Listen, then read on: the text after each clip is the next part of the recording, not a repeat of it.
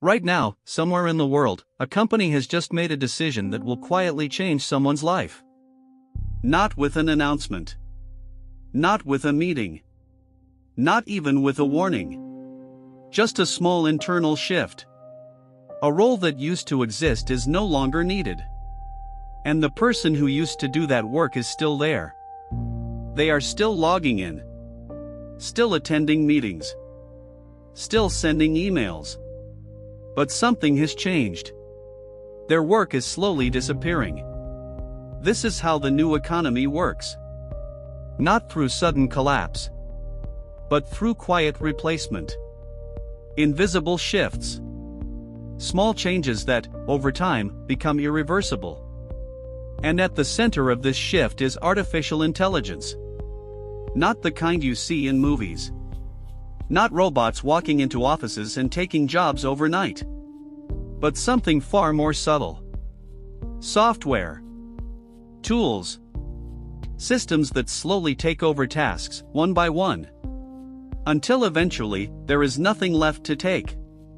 The dangerous part is not that this is happening. The dangerous part is that most people don't see it. Because from the outside, everything looks normal. Companies are still hiring. Work is still getting done. The economy still seems stable. But beneath the surface, the structure is changing. And once a structure changes, it does not go back. To understand what's happening, you have to look at how work actually functions. Not the titles. Not the roles. But the tasks. Every job, no matter how complex, is made up of smaller pieces. Emails. Decisions. Analysis. Communication. Documentation. These are the building blocks of work. And for a long time, these tasks required humans. Not because humans were perfect, but because there was no alternative. Now there is. AI does not replace entire jobs all at once. It replaces tasks. First one. Then another. Then another. Until eventually, the job itself becomes unnecessary. This is not a sudden event. It is a process. And processes are much harder to notice. Because they do not feel dramatic. They feel gradual. Almost harmless. A company introduces an AI tool to help with writing. At first, it is just an assistant. It drafts emails. Suggests ideas. Speeds up work. Employees feel more productive. Nothing seems wrong. Then the company realizes something. They do not need as many people anymore. Because one person, using the tool, can now do the work of 3. So when the next hiring cycle comes, they do not hire. No layoffs. No announcements. Just fewer opportunities. This is how jobs disappear in the modern economy. Not with a crash, but with silence. And this pattern is repeating everywhere. Across industries. Across countries. Across roles that people once believed were safe. Office jobs. Creative jobs. Technical jobs. Jobs that required degrees, experience, specialization. None of that guarantees protection anymore. Because AI does not compete the way humans do. It does not need sleep. It does not slow down. It does not forget. And most importantly, it gets better over time. This is what makes this shift different from anything we have seen before. In the past, technology replaced physical labor. Machines replaced muscle. Factories automated production. But human thinking remained essential. Now that boundary is disappearing. Because AI is not replacing strength. It is replacing cognition. The ability to process information. To generate ideas. To make decisions. And once that starts happening, the impact spreads much faster. Think about how long it took for industrial machines to spread. Decades. Factories had to be built. Infrastructure had to be developed. But AI spreads instantly. A tool created in one place can be used everywhere. At the same time. Across the entire world. This means the timeline is compressed. What used to take decades now happens in years. Or even months. And that speed creates a gap. A gap between those who adapt and those who don't. Most people assume they will have time. Time to learn. Time to adjust. But the system does not slow down. It moves at its own pace. And that pace is accelerating. This is why the shift feels confusing. Because it does not match expectations. People expect disruption to be visible. But this is not that kind of disruption. This is quiet. Subtle. Almost invisible. Until it becomes too large to ignore.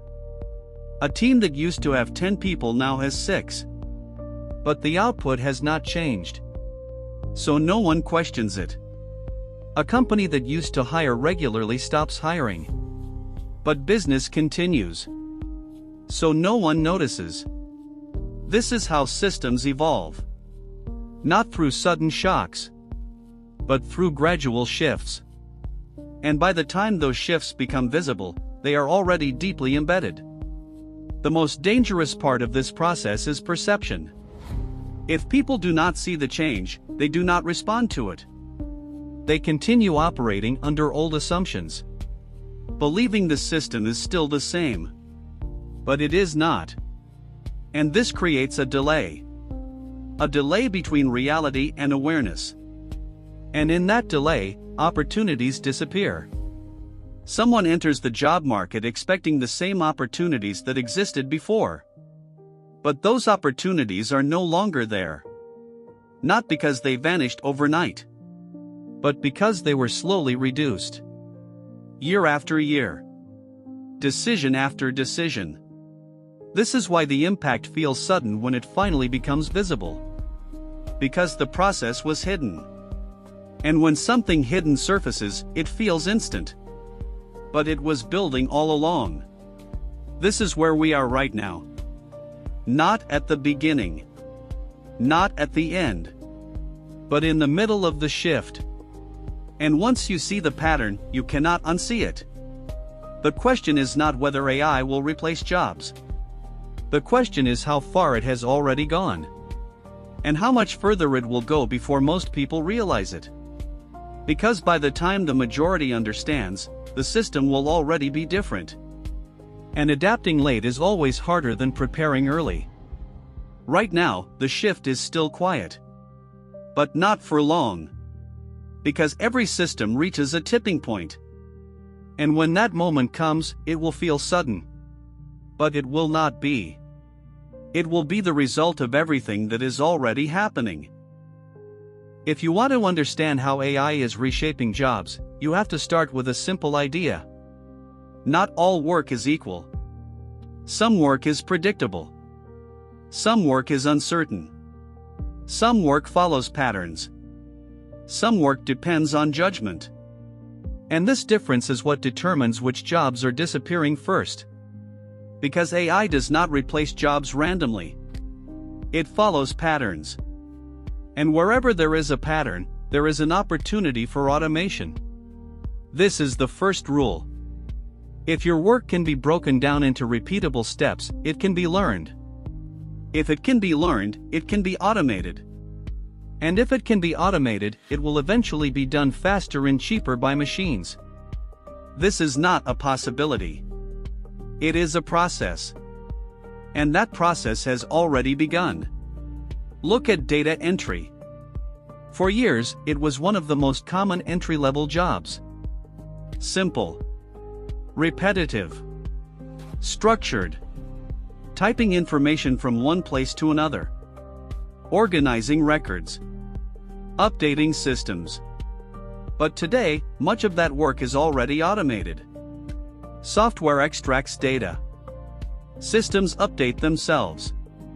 Manual entry is no longer necessary in many cases. The job did not disappear overnight. It slowly became less needed. Fewer openings. Lower demand. Reduced hiring. And eventually, it faded. Now the same pattern is moving into more complex roles. Customer support. At first, companies used basic chatbots. Simple scripts. Predefined answers. Limited capability. But now, AI systems can understand context. They can respond dynamically. They can handle multiple queries at once. And they do not get tired. This changes the equation. A company that needed 100 support agents may now need 40. Not because demand decreased, but because efficiency increased. The service still exists, but fewer people are required to deliver it. This is the second rule. AI does not eliminate demand. It reduces the number of people needed to meet that demand. And that reduction is where the impact happens. Now consider content creation. Writing was once seen as a protected skill. It required creativity, understanding, expression. But AI systems can now generate articles, emails, reports, scripts.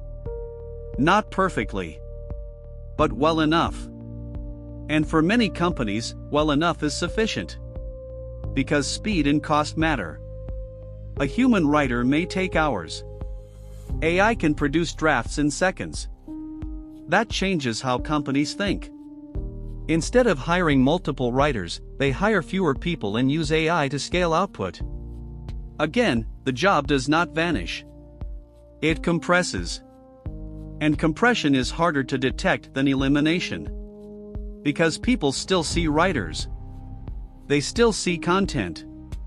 But they do not see the reduction happening behind the scenes. Now look at software development. One of the most respected and high-demand fields. For years, coding was considered future-proof. Difficult to automate. Dependent on logic and problem-solving. But AI can now assist with coding. Suggest functions. Write blocks of code. Debug errors. Even build entire applications from simple instructions. This does not eliminate developers. But it changes how many are needed. A small team, supported by AI, can now do the work of a larger team. Which means companies can build more with fewer people. And when companies can do more with fewer people, hiring slows down. That is where the shift becomes visible. Not in layoffs, but in opportunity. Fewer openings. Higher competition. Stricter requirements. This is the third rule. AI changes the entry point into industries. Because when productivity increases, companies raise expectations. They expect more output per person. More skills per role. More efficiency per hire. And that makes it harder for new entrants. Now consider finance. Analysts used to spend hours building models, analyzing data, creating reports. But AI tools can process large datasets instantly, identify patterns, generate insights. This reduces the time required for analysis. And again, fewer analysts are needed. The pattern repeats. Across industries. Across roles. Across skill levels. Because the core driver is the same. Efficiency. And efficiency always leads to reduction. Not necessarily reduction in total jobs, but reduction in labor intensity. Less human effort required to produce the same output. This is where many people misunderstand the impact. They assume AI will create new jobs. And it will. But new jobs do not always appear at the same speed as old ones shrink. And even when they do, they require different skills. Which creates a gap. A gap between what people can do and what the market demands. This gap is where friction happens. Underemployment, skill mismatch, delayed careers. This is not visible in headlines, but it is felt in everyday life. People apply for jobs and receive no response. Positions require experience that seems unrealistic. Competition increases, and the system becomes more selective. Not because there are no jobs, but because fewer people are needed for each function. This is the fourth rule. AI increases selectivity. Because when companies have more efficient tools, they become more selective about who they hire.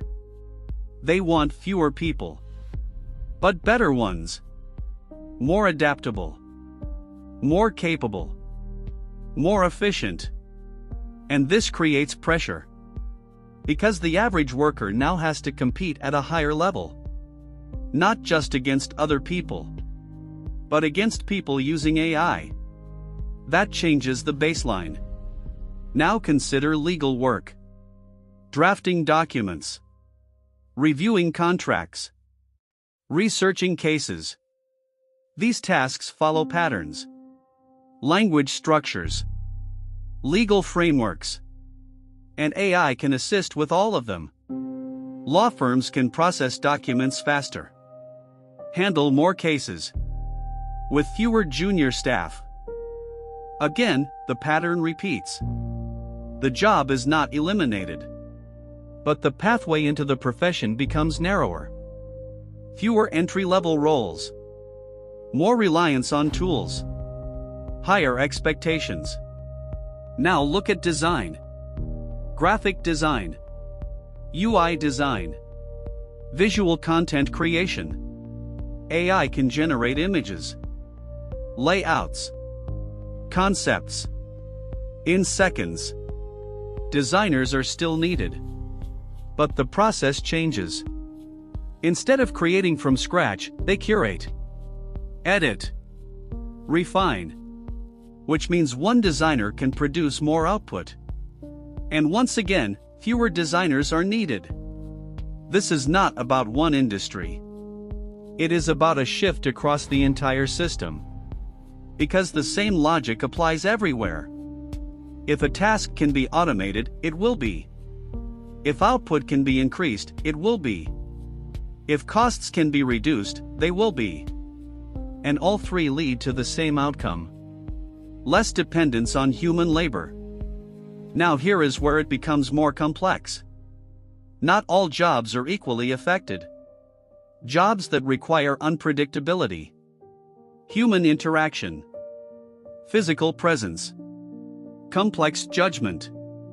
These are harder to automate. At least for now. But even these are not immune.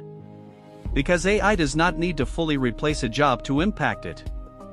It only needs to assist enough to reduce the number of people required. And that is already happening. Healthcare. Doctors still exist. But AI assists diagnostics, which increases efficiency. Education. Teachers still exist. But AI assists learning, which changes how teaching is delivered. Even creative fields. Writers still exist. But AI assists content generation, which changes how content is produced. This is the fifth rule. AI does not need to replace. It only needs to assist. Because assistance alone can reshape entire industries. And that reshaping is what we are seeing right now. The challenge is that this process is uneven. Some industries change faster.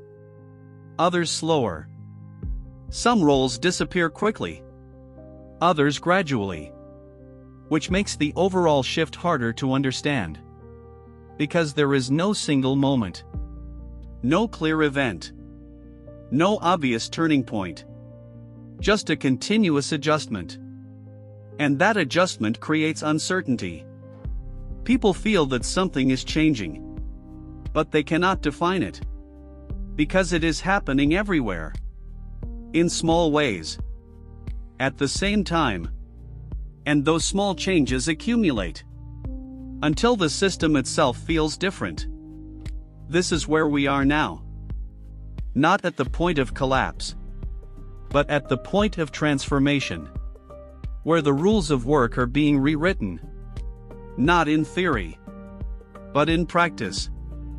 And the most important thing to understand is this: the jobs that disappear first are not the weakest. They are the most structured, the most predictable, the most repeatable. Because those are the easiest to automate. And once automation starts at that level, it moves upward. From simple tasks to complex ones. From basic roles to advanced roles. Step by step. Layer by layer. Until it reaches a point where even high-skill work is affected. And that is the stage we are entering now, where the boundary between safe and unsafe work is no longer clear. Because the definition of safe is changing. It is no longer about skill. It is about adaptability. And adaptability is not evenly distributed. Which means some people will adjust faster, and others will fall behind. Not because they lack intelligence, but because the system is moving faster than they can respond. And that is where the real impact of AI begins to show. Not in headlines, but in outcomes, in opportunities gained, and opportunities lost. Quietly, gradually, and often too late to reverse. At this point, the question is no longer whether AI is changing the job market. It already is. The real question is what this means for you. Not in theory. Not in the abstract. But in your daily life. Your career. Your future. Because this shift is not happening somewhere far away. It is happening inside the same system you are part of. And that means it will affect you. Directly or indirectly. Sooner or later. The difficulty is that the impact does not arrive all at once. It arrives slowly, quietly, in ways that are easy to ignore, until they are no longer avoidable. It may start with something small. Fewer job openings in your field. More competition for the same roles. Longer hiring processes. Higher expectations. Nothing dramatic. Just slightly harder than before. And then it continues. You notice that the skills required for your role are changing. Employers expect familiarity with AI tools. They expect higher productivity. They expect faster output. And if you cannot meet those expectations, someone else can. Because there is always someone willing to adapt faster. Someone who learns the tools. Who integrates them into their work. Who becomes more efficient. And that creates a gap. Not a visible gap, but a functional one. Between those who adapt and those who do not. This is where the real impact begins. Because in a system driven by efficiency, small differences compound. A person who is 20% more productive becomes more valuable. A person who is 50% more productive becomes essential. And a person who does not adapt becomes replaceable. Not immediately, but eventually. This is not about intelligence. It is not about talent. It is about alignment with the system. And the system is changing. Now consider how this affects career paths. In the past, careers followed a predictable structure. Entry-level roles. Mid-level progression. Senior positions. Each stage provided experience. Each stage built skills. Each stage prepared you for the next.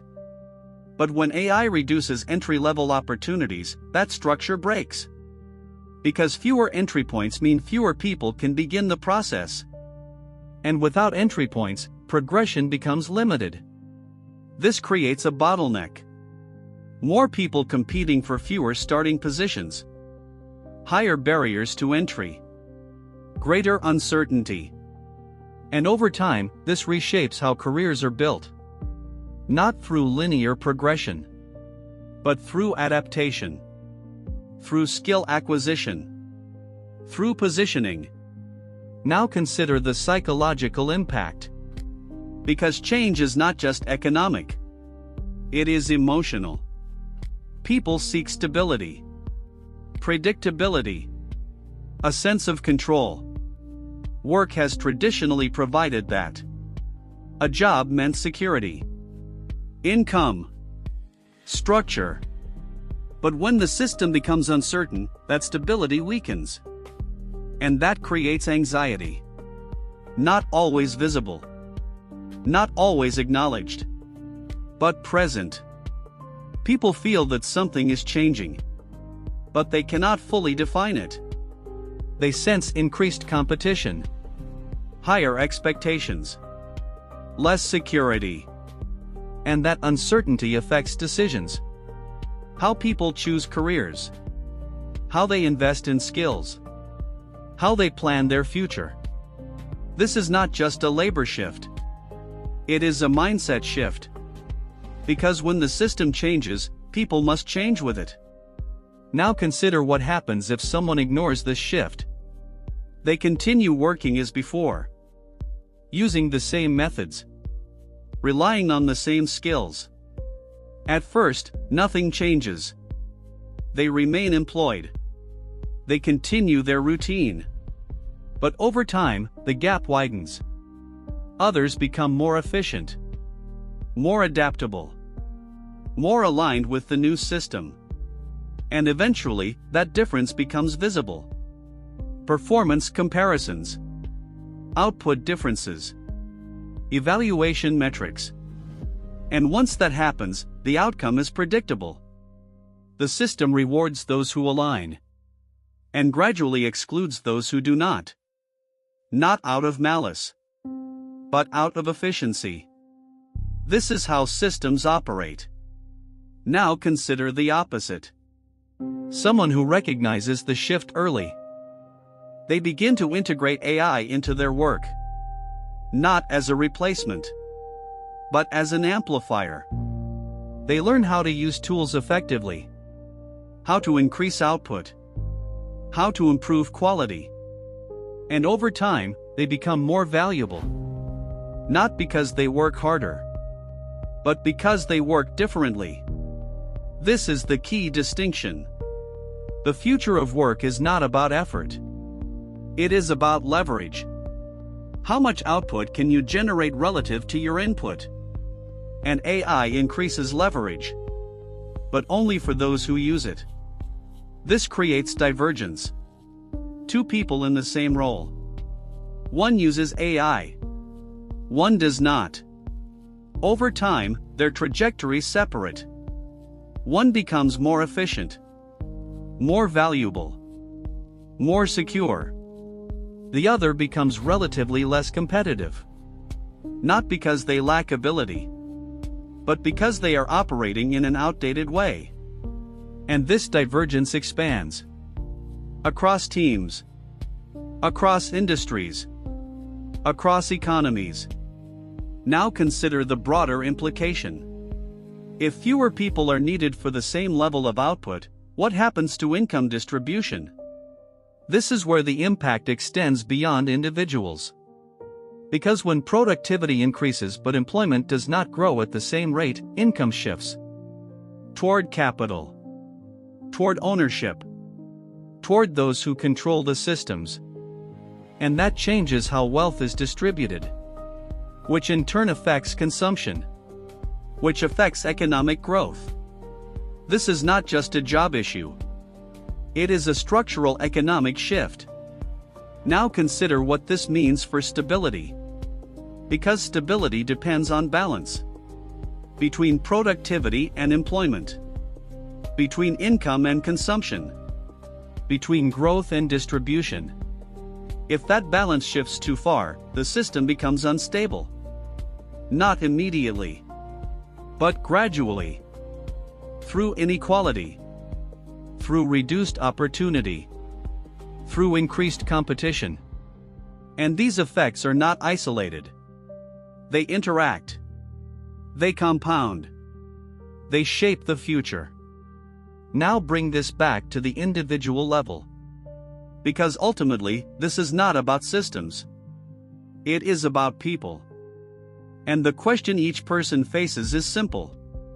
Do you adapt to the system as it changes? Or do you continue as if it has not changed? Because the system will not wait. It will not slow down.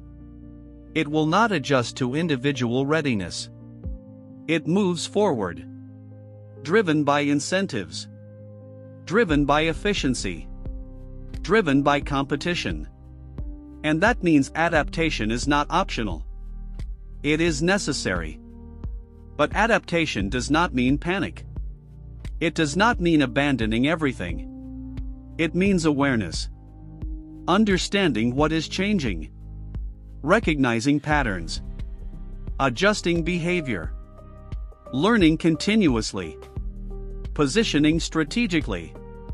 Because in a changing system, position matters more than effort. Being in the right place.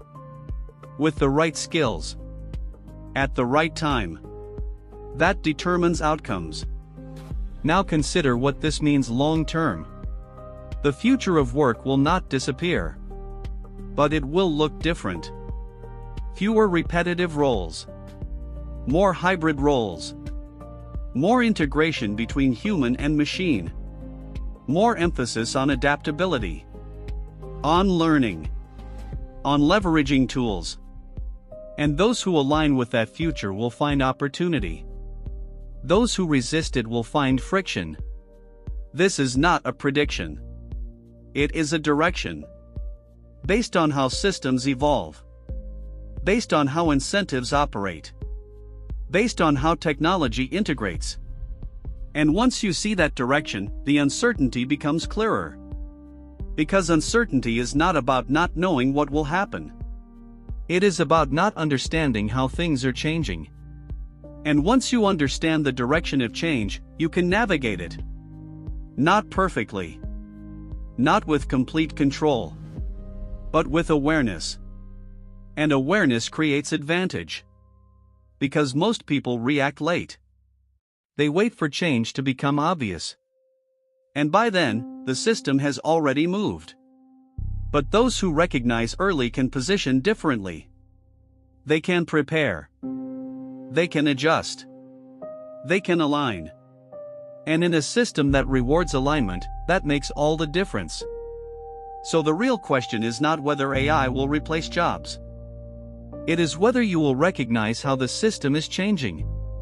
And what you choose to do about it. Because the shift is already happening. And the outcome depends on how you respond to it. If you've made it this far, you already understand something most people are still ignoring. This shift is not coming. It's already happening.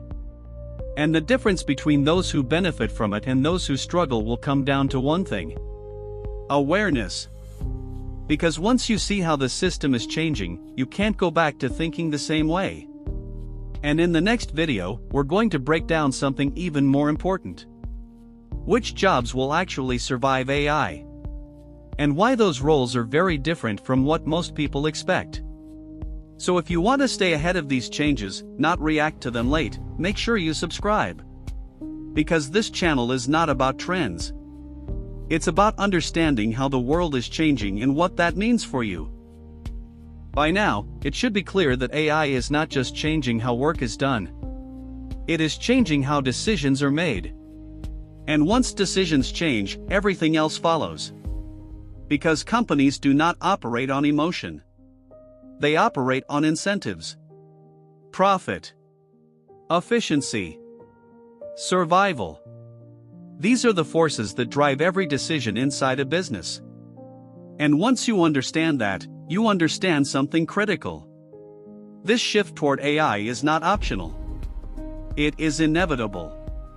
Not because companies want to replace people, but because they are forced to. That may sound extreme.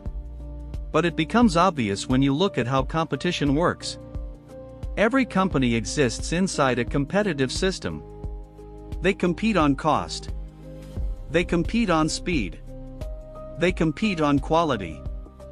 And in every one of these areas, AI creates an advantage. Lower cost. Faster execution. Scalable output. So when one company adopts AI, something important happens. They gain an edge. They can produce more with fewer people. They can respond faster. They can operate more efficiently. And that forces every other company to respond. Because if they do not, they fall behind. This is not a choice. It is pressure. And pressure spreads. From one company to another. From one industry to another. Until it becomes the standard. This is how technological shifts happen. Not through individual decisions, but through system-wide pressure. And once that pressure builds, it becomes unstoppable. Think about what happened with the internet. In the early days, companies could choose whether to go online. Some did. Some did not. But over time, the ones that adopted digital systems gained an advantage. They reached more customers. They operated more efficiently. They scaled faster. And eventually, companies that did not adapt were left behind. Not because they were bad businesses, but because the system changed. The same thing is happening with AI. But faster. Because AI integrates directly into existing systems. It does not require building entirely new infrastructure. It plugs into what already exists. Which means adoption happens quickly. And once adoption starts, it accelerates. Because every success story reinforces the decision. If one company reduces costs using AI, others notice. If one team increases productivity, others follow. And before long, what was once optional becomes necessary. This is the first principle of inevitability. Once a technology creates a measurable advantage, it spreads. Now consider what this means for labor. If AI allows a company to operate with fewer employees, that becomes a competitive advantage. Lower payroll. Higher margins. Greater flexibility. And those advantages are not small. They are significant. Which means companies that adopt AI can outperform those that do not. And in a competitive system, outperforming others is everything. Because businesses that cannot compete do not survive. This creates a feedback loop. AI increases efficiency. Efficiency improves performance. Performance creates pressure. Pressure drives adoption. And adoption increases efficiency even further. This loop does not stop. It accelerates. And once it reaches a certain point, it becomes the new baseline. At that stage, not using AI is no longer an option. It is a disadvantage. Now here is where the shift becomes more profound. Because this is not just about individual companies. It is about entire industries. When enough companies adopt AI, the structure of the industry changes. Cost structures shift. Productivity expectations rise. Competitive standards increase. And once that happens, every company in that industry is forced to adapt. Not because they want to, but because they have to. This is the second principle of inevitability. When a critical mass adopts a technology, it becomes the standard. And standards reshape systems. Now think about this from a global perspective. Different countries. Different economies. Different levels of development. But all connected through global markets. If companies in one region adopt AI and become more efficient, they gain an advantage. They can produce cheaper. Deliver faster. Compete more effectively. And that creates pressure on companies in other regions. Because competition is not local anymore. It is global. Which means the pressure to adopt AI is not limited to one country. It spreads across the world. And that accelerates the shift even further. Now consider the role of investors. Investors do not just look at current performance. They look at future potential. They look for companies that can scale, that can grow, that can dominate markets. And AI signals all of those things. Because it increases efficiency and scalability. So companies that adopt AI attract investment, more funding, more resources, more growth. And companies that do not adopt AI struggle to compete for that investment. This creates another layer of pressure. Because now the decision to adopt AI is not just operational. It is financial. It affects valuation, growth potential, market position. And once investors start rewarding AI adoption, the shift becomes even stronger. Because companies follow capital. And capital flows toward efficiency. Now combine all of these forces. Competition, global markets, investment pressure, technological capability. And you begin to see the full picture. AI adoption is not a trend. It is a systemic shift. And systemic shifts do not reverse. Because they are driven by multiple forces at the same time, each reinforcing the other. Now consider what happens inside a company during this shift. At first, AI is introduced as a tool to assist, to improve productivity. Employees use it to work faster, to reduce effort, to increase output. And this seems positive. But then management begins to notice something. Output has increased, but headcount has not changed. Which raises a question. Do we need the same number of people? This is where the shift begins. Not with layoffs, but with decisions. Decisions about hiring, about team size, about resource allocation. Instead of expanding teams, companies optimize them. They hire fewer people, but expect more output.